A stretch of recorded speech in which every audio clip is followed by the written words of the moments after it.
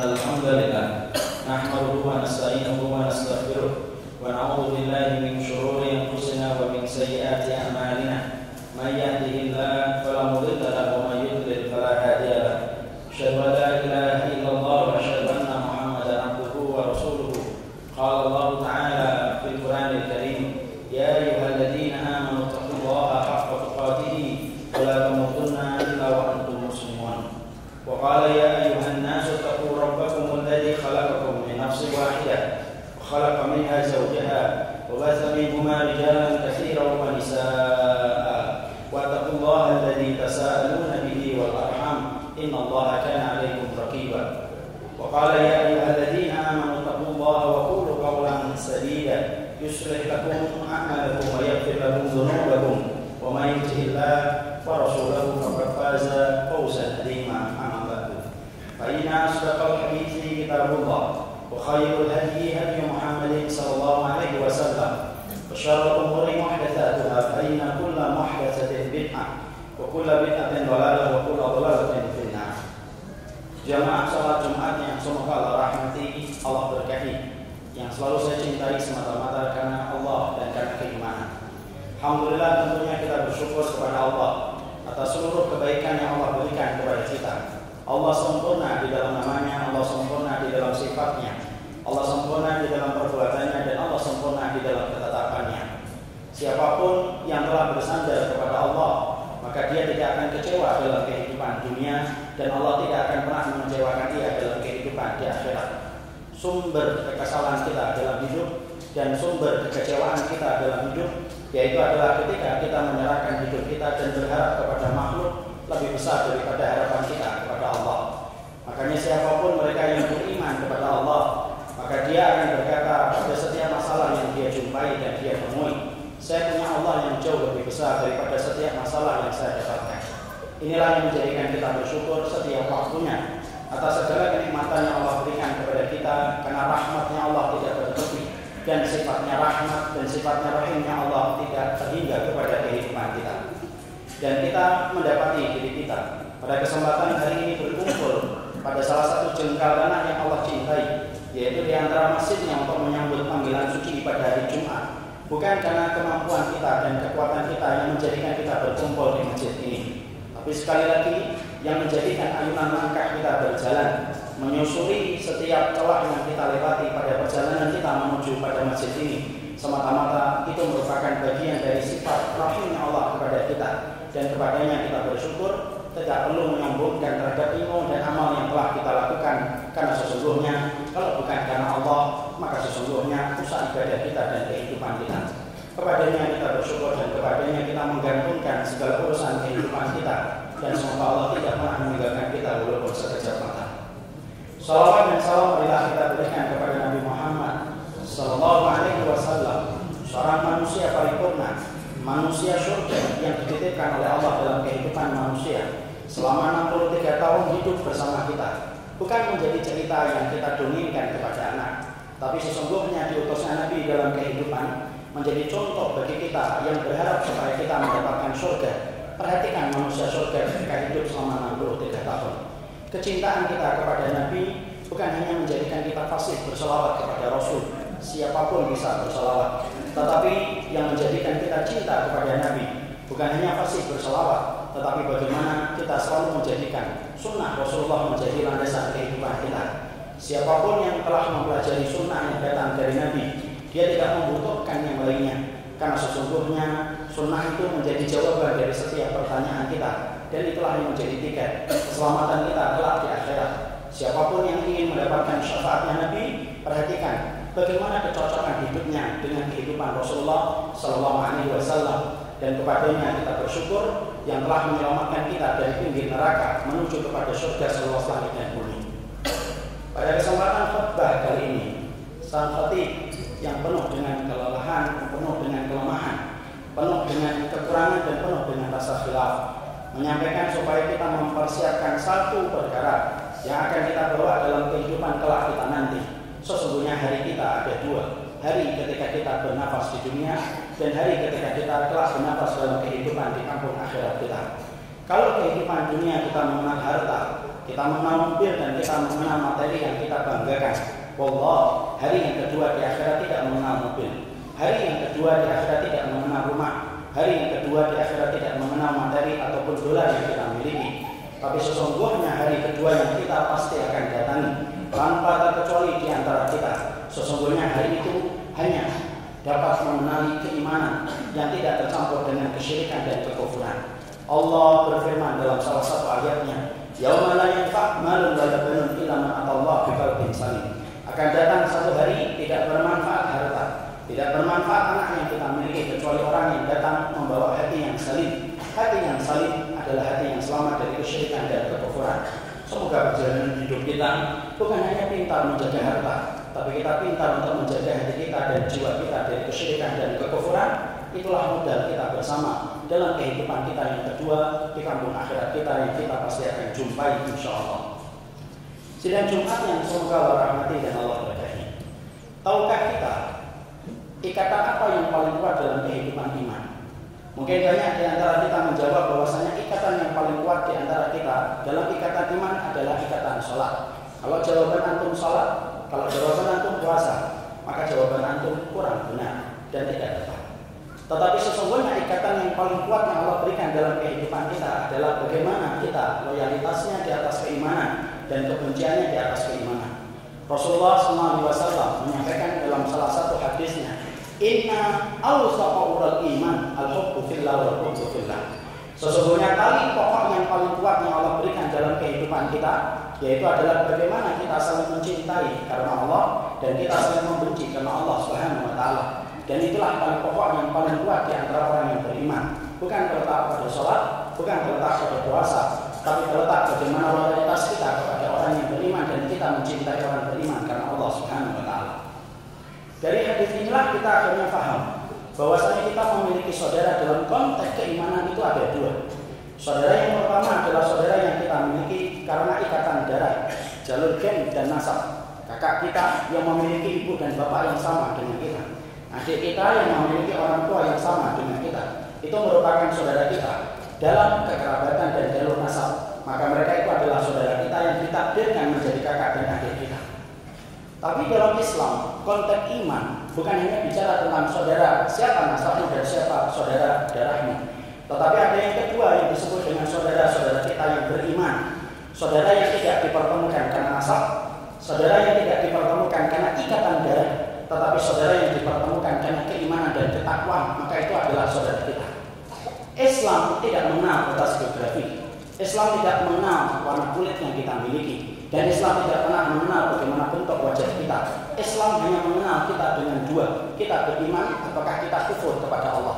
Siapapun yang kufur kepada Allah, maka sesungguhnya mereka bukan saudara kita yang dipersaudarakan oleh Allah dari arasnya.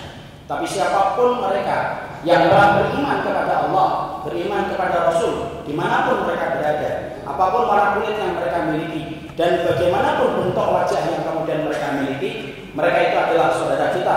Saudara yang dipertemukan karena keimanan dan ketakwaan, saudara yang telah dipersaudarakan oleh Allah di atas arasnya, dan itulah yang disebut dengan saudara iman.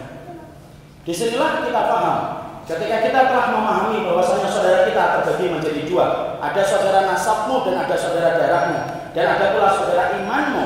Disinilah kita paham, Islam bukan hanya ajaran egosentris, Islam bukan ajaran individualistis. Makanya apapun yang terjadi kepada saudara kita, maka sesungguhnya sholat kita harusnya mendorong kita untuk membantu saudara kita. Apapun yang terjadi kepada saudara kita, maka taklimnya kita itu harusnya mendorong kita untuk memperhatikan saudara kita. Karena sesungguhnya, wallah, Islam bukan agama egosentris, tetapi Islam adalah ajarkan kepada kita tentang persaudaraan, mengerti apa yang dibutuhkan oleh saudara kita, dan memahami apa yang dirasakan oleh saudara kita. Karena sesungguhnya barang siapa orang di dalam kehidupan ini setelah dia paham bahwasanya dia memiliki dua saudara, ada saudara nasabnya dan ada saudara imannya, lalu dia tidak peduli apa yang menimpa kepada saudara nasabnya dan saudara imannya, apapun yang menimpa kepada mereka, selama dia merasa dia tidak mendapatkan musibah sebagaimana saudaranya, kemudian dia hanya khusyuk memperhatikan ibadahnya, wallah, tidak akan sempurna kehidupan seseorang sampai dia perhatikan bagaimana saudara imannya. Makanya Rasulullah SAW bersabda, la yu'minu ahadukum hatta yuhibba li akhihi ma yuhibbu li nafsihi. Makanya Nabi sampai tegas mengatakan dalam salah satu riwayatnya, tidak akan sempurna iman seseorang sampai sebagaimana dia mencintai saudaranya, sebagaimana dia mencintai saudara, sebagaimana dia mencintai dirinya sendiri. Indikator iman pada hadis ini diukur Nabi SAW, bukan diukur dalam sholat saja, bukan diukur dalam keberadaan kita di masjid, bukan hanya diukur berapa seringnya kita mengikuti taklim, tetapi pada hadis ini Rasulullah mengukur keimanan kita. Bagaimana persentase kita ketika mencintai saudara kita. Disitulah keimanan akan terlihat di hadapan Allah dan Rasulnya. Maka pada kesempatan ini saya cuma mengingatkan, walaupun saya yakin rata-rata para jamaah sudah mengetahui, hari ini kita mendapatkan tambahan lagi fragmen kesedihan yang diperlihatkan. Berapa banyak kesedihan dan darah terus mengalir kepada saudara-saudara iman kita. Suriah belum kering, rahimnya belum terhapus air matanya. Sekarang kita sudah mendapati berita kembali tentang saudara-saudara muslim, saudara-saudara kita di Uyghur, yang kemudian mereka tinggal di negara Cina. Keberadaan mereka ada 11 juta, tetapi mereka tetap menjadi minoritas di antara 1 miliar penduduk Cina. Dan tahukah kita selama ini media ketika menyampaikan tentang dangdutan, ketika kemudian memperlihatkan tentang tontonan yang tidak bermanfaat, di balik media yang menampilkan tentang semua yang tidak bermanfaat itu, ada saudara-saudara kita yang kemudian justru sedang merasakan kesakitan ketika mereka dikirim ke camp-camp yang kemudian tersembunyi, lalu kemudian disiksa tanpa ada suara mereka yang bisa keluar dari camp itu.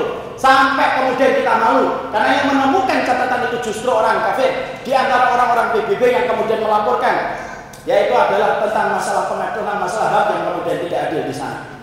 Hari ini kita kemudian kembali dihangatkan. Bagaimana kejadian di Uyghur itu menyentak kembali kesadaran kita. Hari ini kita mendapati anak-anak kecil, dalam salah satu catatan yang kemudian saya baca di PBB, anak-anak kecil dibawa ke panti-panti asuhan, dipisahkan dari orang tuanya, lalu kemudian dicokoki supaya kemudian dia tidak paham tentang Islam, supaya pikirannya adalah pikiran ateis. Ketika dewasa, dilepaskan kepada keluarganya tanpa mengenal keluarganya. Dan itu bukan skenario dalam sinetron, itu bukan sesuatu yang dibuat di dalam film, tetapi sesuatu yang terjadi, yang apabila kita menempuh perjalanan udara, tidak sampai 5 jam kita sudah sampai pada tempat itu. Berapa banyak orang yang kemudian dipaksa mereka untuk kemudian melepaskan pakaiannya, lalu kemudian mereka disiksa dengan penderitaan yang tidak mampu saya sampaikan secara detail dalam kehidupan kita. Karena saking beratnya penderitaan yang mereka rasakan, yang membuat saya sungkan dan malu. Kita justru banyak membaca laporan-laporan itu justru dari PBB yang harusnya kita membaca laporan itu dari orang-orang yang beriman. Tapi karena kita dijauhkan dan diputuskan mata rantai kita terhadap saudara kita, tapi hari ini kita mendapatkan dari saudara-saudara kita, kecuali kita baru terdengar kaget setelah berpuluh-puluh tahun kejadian itu terjadi di sana. Allah, kalau kita membiarkan keadaan ini, bagaimana nasib hisab kita dan saya dan antum? Bukankah kita mendapati sebuah hadis Rasulullah SAW? Nabi mengatakan, "Utbibat imra'atun fi hirnatin sajanatha." Rasulullah SAW mengatakan dalam hadis riwayat Muslim, ada loh seorang wanita yang dimasukkan oleh Allah di dalam neraka gara-gara dia mendolimi kucing. Kucing dimasukkan di dalam kamar, dikunci kamar itu, tidak diberikan kemudian ruang untuk kemudian makan, tidak dibuka pintu kamar itu supaya kucing itu makan apa yang ada di atas muka bumi. Lalu kucing itu kemudian kelaparan, lalu kucing itu mati, lalu wanita itu disiksa oleh Allah karena mendolimi kucing ketika membiarkan kucing itu sampai mati kelaparan. Wallah, kalau boleh kita mengambil contoh dalam masalah ini, kalaulah membiarkan kucing mati, ada seorang wanita yang kemudian disiksa dan dihisab oleh Allah ketika dia membiarkan kucing itu mati, ketika dia tahu kucing itu dia penjara, dan kemudian dia tahu bagaimana nasibnya kucing itu di dalam kamar, sampai kucing itu merasakan kelaparan dan mati. Wanita itu disiksa oleh Allah di dalam neraka ketika mendolimi seekor kucing. Lalu bagaimana jawaban kita? ketika ratusan ribu orang kemudian mereka merasakan sakit, dan itu bukan kucing tetapi adalah orang yang beriman kepada Allah, menyaksikan Allah itu adalah Rabb-Nya, dan menyaksikan Nabi Muhammad itu adalah Rasul-Nya, dan itu tidak jauh dari tempat kita berdiri dan tempat kita beribadah hari ini, ketika Allah menjadikan mereka itu menjadi saudara kita. Kalau mereka bukan saudara kita, kalau Allah tidak mempersaudarakan kita, kita tidak perlu peduli apapun yang terjadi dengan mereka. Tapi tetapi mereka adalah saudara kita, dan yang mempersaudarakan kita dengan mereka itu adalah Allah. Dan kira-kira apa yang nanti kita akan berikan ketika kita tidak paham dan tidak mengerti bagaimana kewajiban kita terhadap saudara kita di sana. Kucing menyebabkan wanita masuk neraka. Apalagi orang yang beriman yang ketika mereka bersyahadat kepada Allah dan Rasul-Nya. Allah, agama ini bukan agama yang mengajarkan kita untuk memikirkan bagaimana kenikmatan ibadah saya ketika iktikaf. Bukan hanya memikirkan bagaimana ibadah saya ketika saya melaksanakan puasa sunnah. Ibadah ini bukan hanya ibadah yang mengajarkan kepada kita, hanya mengajarkan bagaimana kita nikmat mengikuti taklim, tapi kemudian kita merupakan kewajiban kepada saudara kita yang menetes satu persatu darahnya ketika mereka merasakan penyiksaan demi penyiksaan, tanpa kita memperhatikan bagaimana nasibnya mereka. Inilah hal yang membuat saya pada kesempatan hari Jumat bersama para ustaz-ustaz yang lainnya, kemudian kita diberikan amanah untuk menyadarkan, membangunkan, mengingatkan saudara-saudara yang kita cintai. Karena sesungguhnya apa yang terjadi di dunia pun kita tidak menutup kemungkinan bisa terjadi dimanapun dan kapanpun.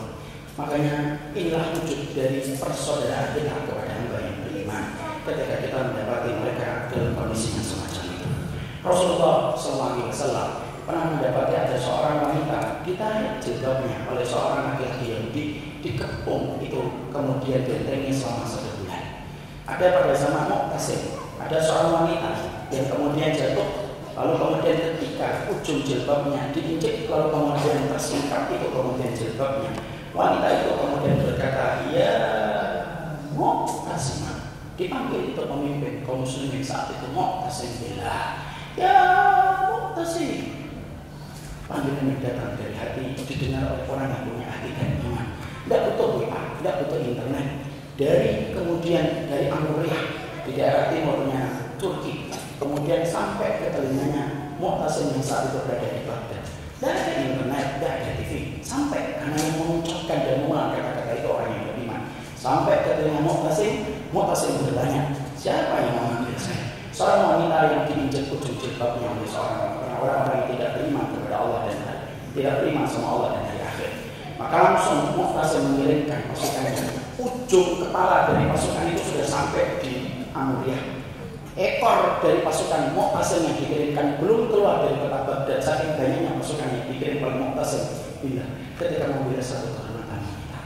Hari ini kita betul-betul sedih. Sudah belum selesai, Palestina masih merintih, Rohingya masih dalam kondisi membutuhkan kita, membutuhkan sapu tangan untuk mengusapkan mata kita. Lalu kita mendapatkan Uighur merintih pula. Mana lagi tempat yang akan kita dengar? Kalau Nabi SAW tinggal sama anak, tinggal sama antum, tinggal sama kita, apakah Nabi kemudian akan membiarkan kejadian ini berlalu? Masa antum bisa menjawab bagaimana sikapnya Nabi? Karena kita tahu bagaimana sikap Nabi kita, Rasul yang kita cintai. Makanya inilah yang menjadikan kita apa yang harusnya kita lakukan kalau kita mendapati keadaan ini.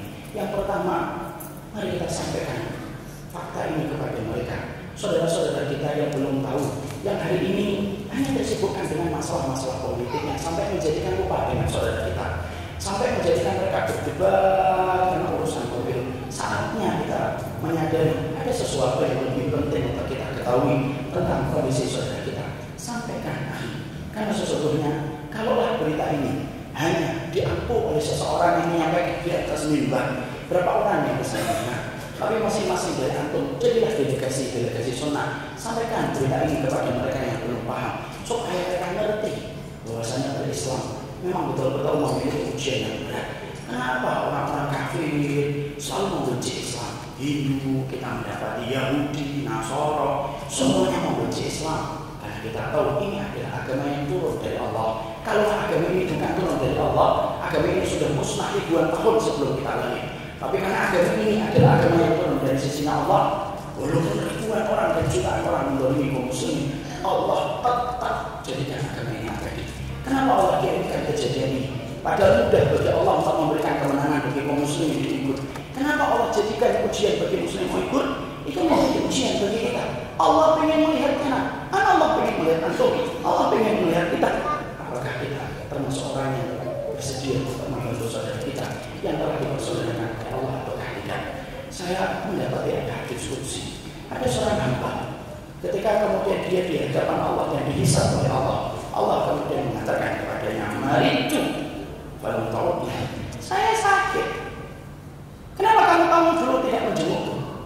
Hamba itu berkata, "Saya hamba ya Allah, saya makhluk. Bagaimana saya menjengukmu?" Kemudian Allah berkata, "Bukankah kamu mendapati saudaraku ada yang sakit? Kenapa kamu tidak menjenguknya?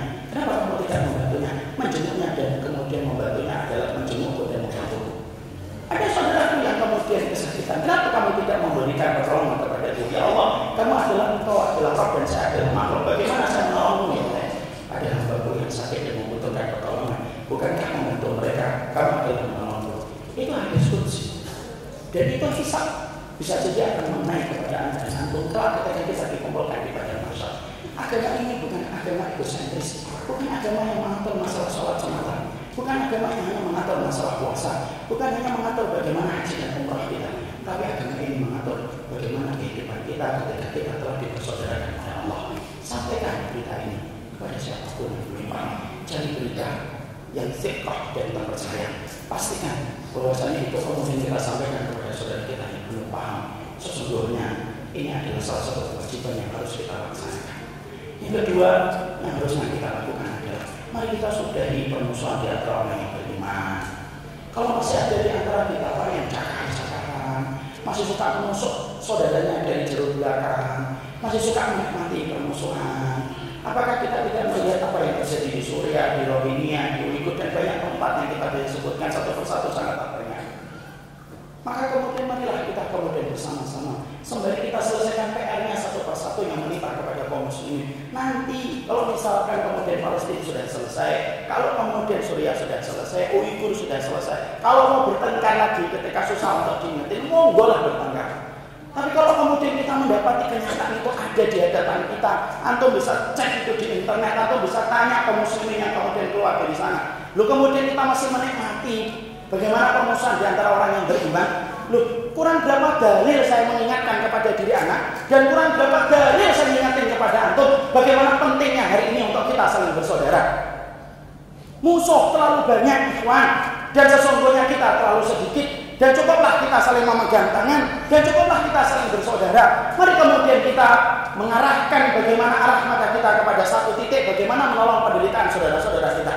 Perhatikan contohnya, Imam Ibnu Taimiyah rahimahullah ta'ala, itu beliau bergesekan dengan kalangan Asy'ariyah. Tapi perhatikan di dalam Majmu' Fatawa juz yang ke-23, beliau mengatakan, "Wan nasu ya'lamuna annana bainal Hanabilah wal Asy'ariyah wahsyatun wa munafaratun wa ana kuntu min a'dharin nasi ta'lifan li qulubil muslimin." Maka Ibnu Taimiyah itu mengatakan di dalam Majmu' Fatawa juz yang ke-23, setiap orang itu tahu bagaimana kemudian pendapatku dan kalangan Asy'ariyah itu ada sedikit perbedaan dan ada gesekan, dan bagaimana dialognya itu pelik dan dialognya itu panjang. Tapi orang harus tahu bagaimana komitmen saya untuk bersaudara dengan mereka walaupun dalam beberapa hal kita tidak sama. Makanya sampai Ibnu Taimiyah dijebloskan ke penjara oleh Ibnu Makhluf. Tapi ketika keluar dari penjara, beliau justru ingin mendatangi Ibnu Makhluf. Kenapa saat itu Ibnu Taimiyah menggelarkan kebersamaan dan persatuan?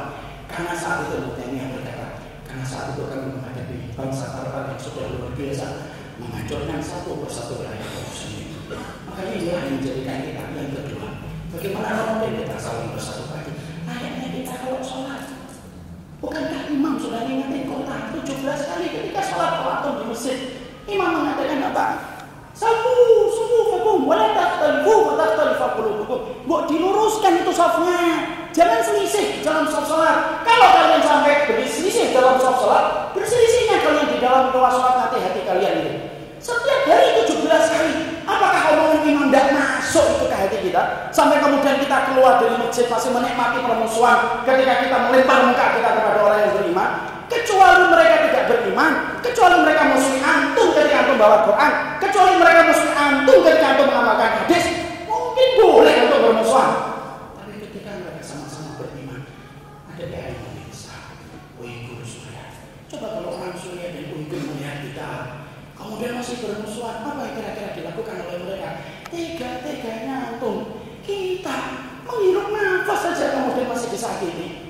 kalian masih bermusuhan dan meninggalkan kewajiban kalian kepada kami. Semoga mereka tidak sampai mengungkap itu kepada Allah pada waktu hari kiamat. Yang ketiga, mari kita bantu sekuat mampu kita secara diplomatik. Mari kita nasihatin para pemimpin kita. Di antara bapak-bapak yang masih punya kekerabatan yang menjadi pemimpin dan pemutus kebijaksanaan, tolong sampaikan suara saya, sampaikan kepada bapak-bapak itu. Marilah kita kemudian menggunakan jalur diplomasi. Bagaimana kemudian menekan supaya masyarakat Cina tahu bahwasanya Muslim itu bersaudara dimanapun dia berada. Supaya mereka tahu betul menyakiti salah satu orang Muslim itu menyakiti seluruh Muslim di seluruh dunia. Sampaikan kepada saudara-saudara kita, sampaikan tentang fakta ini supaya kemudian pemerintah kita melalui jalur diplomasi mengambil ketegasan di dalam bersikap. Itu yang ketiga. Dan yang keempat, mari kita mendoakan saudara-saudara kita dimanapun berada. Di waktu-waktu yang mustajab, di waktu sujud, mari kita doakan. Bukankah nanti 4 kali kita akan sujud? Nanti ketika hari Jumat 1 jam sebelum tenggelamnya matahari, itu waktu yang mustajab jam 5 sampai jam 6. Fi sa'atun dan wa fi qa'atun bila al-qawmiyah. Ada 1 jam pada hari Jumat ketika kita berdoa pasti dikabulkan oleh Allah. Sertakan surya, Palestina, Rahimiyah, Bikul untuk kita doakan dalam doa-doa panjang kita. Ada kemudian seperti malam, ada waktu safar, ada turun hujan, dan itu hanya harusnya kita lakukan kepada saudara kita. Allah, saudara kita ada 2, saudara nasab dan saudara iman.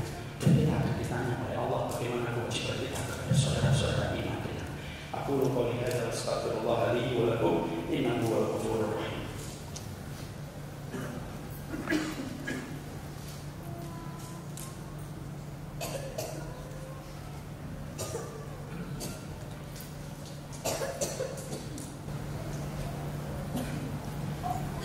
Alhamdulillah wassalatu wassalamu ala Rasulillah wa ala alihi wa sahbihi wa man tabi'ahum bi ihsan ila yaumil qiyamah. Jamaah salat Jumat yang saya cintai karena Allah, pada khutbah yang kedua saya ingin mengingatkan kepada diri saya sendiri dan mengingatkan kepada kita semuanya. Di antara perkataan para ulama terdahulu di dalam kitab-kitab mereka, sesungguhnya di antara bisikan syaitan ketika menggoda manusia, yaitu adalah ketika kita digoda bukan hanya supaya kita berzina. Ketika kita digoda bukan hanya kita digoda supaya kita membunuh, mengkhamr dan berjudi.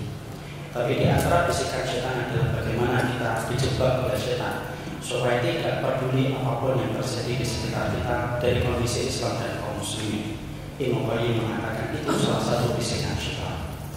Ketika hari ini saya dan antum beribadah, tapi ternyata ibadah kita, taklim kita hanya menjadikan kita sibuk untuk melihat diri kita sendiri, lalu tidak memperhatikan bagaimana kondisi Islam dan kaum muslimin, saya ataupun antum, maka pada saat itu kata Imam Ibnu Qayyim, kita sedang terperdaya oleh bisikan syaitan. Inilah yang menjadikan kita harus memahami betul kehidupan kita akan selalu dilihat oleh Allah bagaimana loyalitas kita kepada orang yang beriman. Makanya di awal tadi saya mengatakan sesungguhnya tali yang paling kuat adalah tali yang dipersaudarakan oleh Allah disebabkan karena keimanan. Dan itu memiliki kewajiban yang besar. Kalaulah kita mendapati ada seorang wanita memberikan minuman kepada seekor anjing dalam riwayat Bukhari dan Muslim, lalu wanita itu dimasukkan ke surga karena memberikan minuman kepada seekor anjing yang kehausan, dan tidak ada yang mendorong dia melakukan itu kecuali adalah karena Allah, maka kita bayangkan kalau yang kita tolong adalah orang yang mereka berhijab, orang yang sholat, orang yang puasa, kita berikan minum, kita selamatkan mereka dari kain-kain yang menyiksa mereka setiap waktunya. Dengan suara yang kita sampaikan, akhirnya suara itu bisa melonggarkan siksaan yang diturunkan kepada mereka disebabkan pembelaan kita. Bukankah kita nanti akan memetik hasilnya yang manis dalam kehidupan di akhirat? Siapapun yang ingin dimudahkan oleh Allah dan ditolong oleh Allah pada kehidupan yang kedua kelak di akhirat, yaitu adalah kunci yang sederhana, maka bantulah saudara-saudara kita, karena sesungguhnya prinsip orang yang beriman mereka tidak menjadi sumur. Prinsipnya orang yang beriman adalah sebagaimana sungai. Sungai itu gampang diambil manfaatnya dan gampang memberikan manfaat, tidak sebagaimana sumur. Sumur itu susah diambil manfaatnya, kalau diambil airnya harus pakai listrik. Bukan itu sifat orang yang beriman.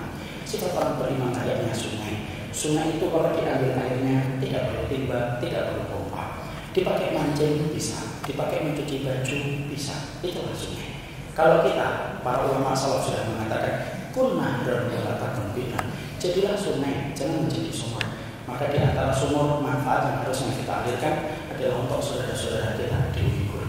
Semoga Allah mengangkat penderitaan yang mereka rasakan tiap hari. Semoga Allah mengampuni kita, Pak.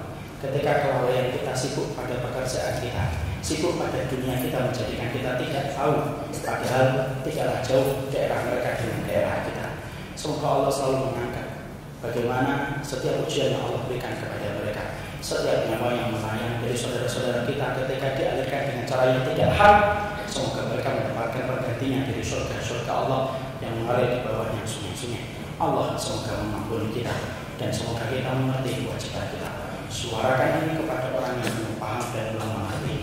Yang kedua, sampaikan kepada orang-orang yang punya kekerabatan dengan pemerintahan, sampaikan supaya ada jalur diplomasi yang ditempuh, supaya kemudian saudara-saudara kita di Uyghur mereka merasakan kelonggaran ketika kita berhasil menekan pemerintahan mereka.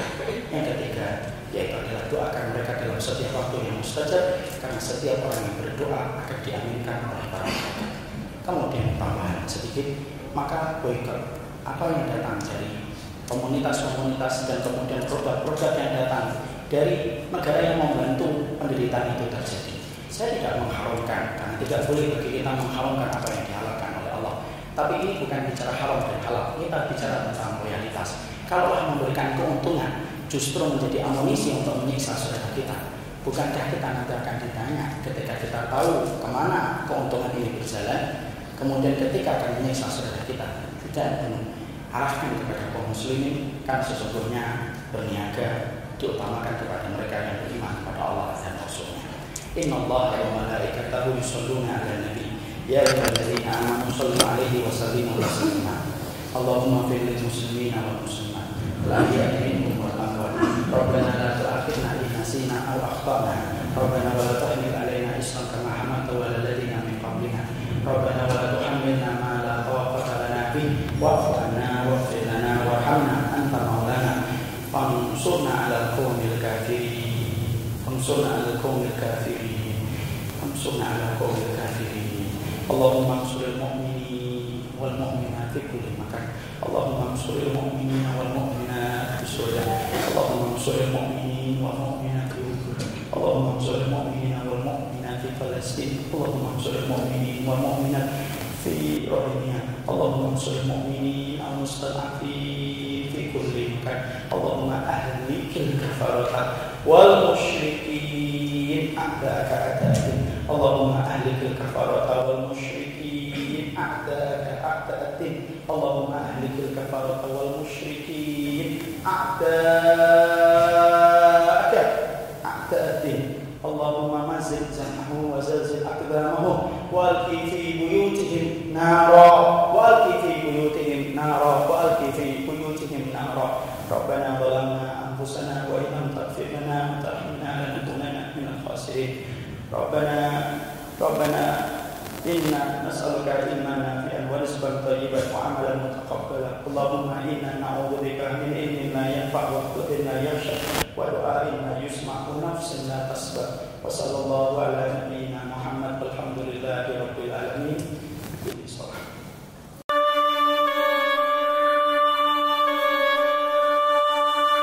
بين سطور الفرقان آية حسن وبيان والحكمة نهر يجري بين علوم القرآن.